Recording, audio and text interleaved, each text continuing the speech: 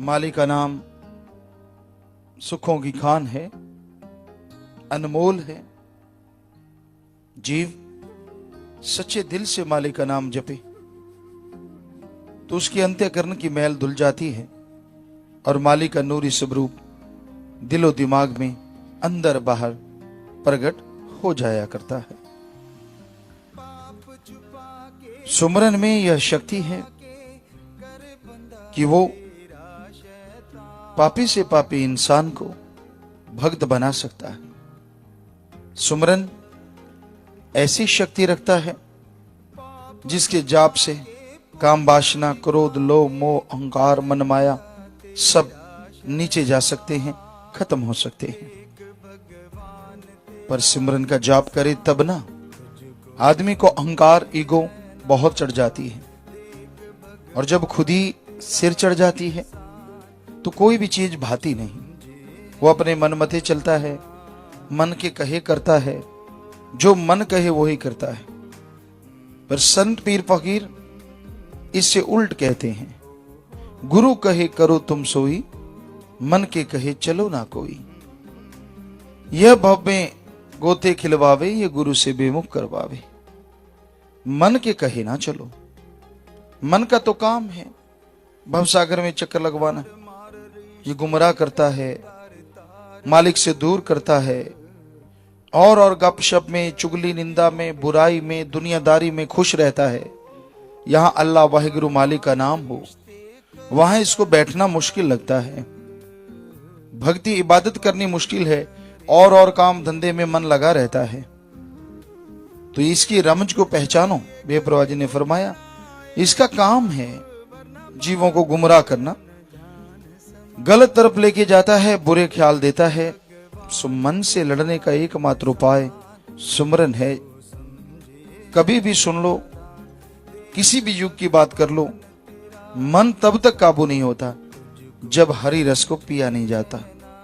हरि रस अमृत, आबो हयात सबके अंदर है।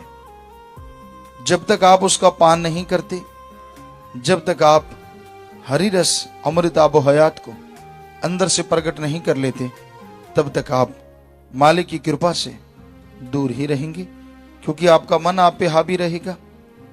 और मन को आपको जैसे बोला किसी भी तरीके से और तरीके से काबू नहीं किया जा सकता। मन तो सिर्फ और सिर्फ सुमरन से ही काबू आता है। आप ज्ञान सीख गए, बातें करनी आ गई, रूहानियत में टाइम हो गया, इससे कोई लेना देना नहीं मन का। टाइम कितना लगाते हो, सत्संग में आते हो, सत्संग सुनते हो, आत्मा को उसका फल 100% मिलेगा ही मिलेगा।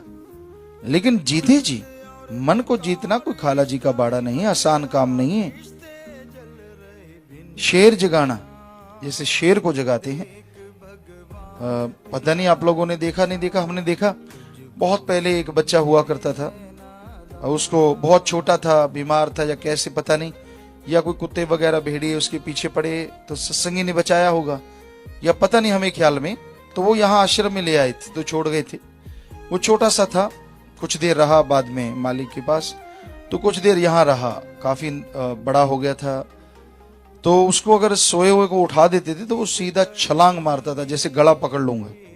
कई बार हमने कहा सेवादार को, आपने सुना है बेपरवाह जी के वचन, प्रेम कमाना शेर जगाना। तो आप शेर को जगा के देखो, वो सोए हुए को कोई छेड़ता ही नहीं था, छेड़ते सीधा सोया सोया ही छलांग मारता था, गला पकड़ने को आता था। तो वैसे ही मन जालिम है, ये सुमरन के बिना काबू नहीं आता।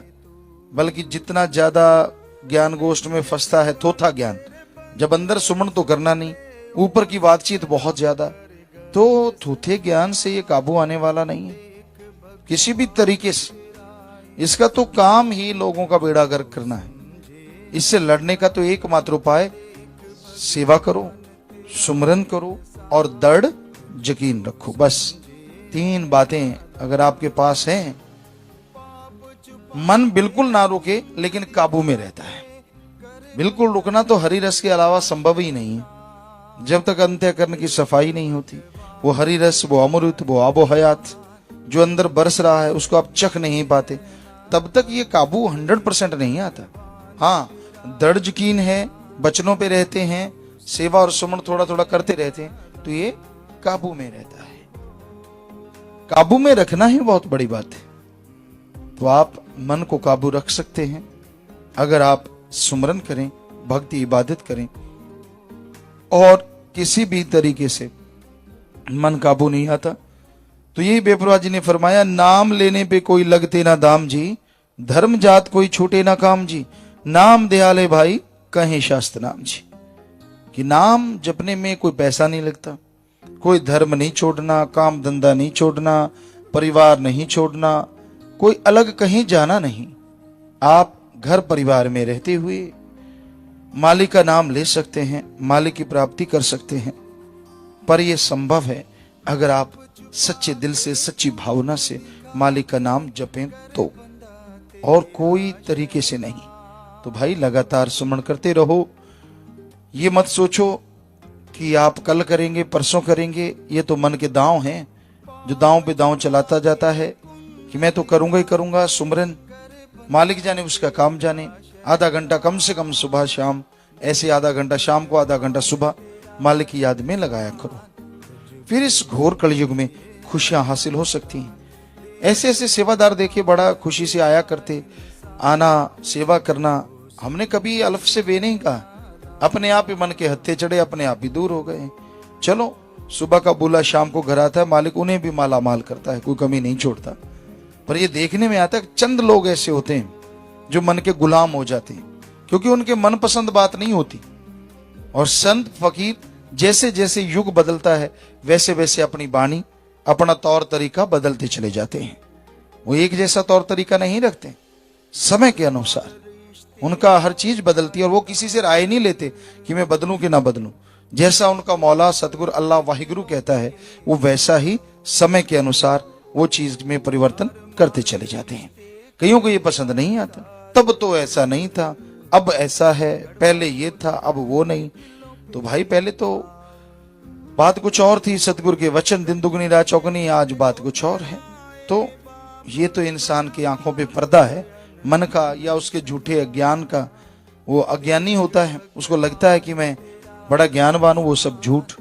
तो आंखों पे पर्दा पड़ जाता है, उसे लगता है कि ये सही नहीं है, मेरे हिसाब से चलो तो सही है। तो नहीं भाई, संत पीर फकीर अल्लाह वाहिगुरु मालिक के हिसाब अनुसार जैसा हुक्म, ज्यों ज्यों हुक्म तिवे तिवे कार, वो मालिक जैसे जैसे हुक्म करता चला जाता है वैसे वैसे कर्म संत पीर फकीर करते रहते हैं, और उसी से लोगों का भला होता रहता है। आज साध संगत निम्नलिखित पर्ण करना चाहती है। साध संगत जी ध्यान से सुनिए।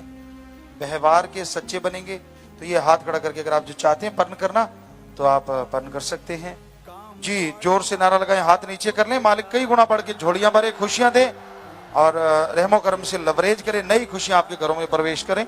सो आशीर्वाद, हाथ नीचे कर लें।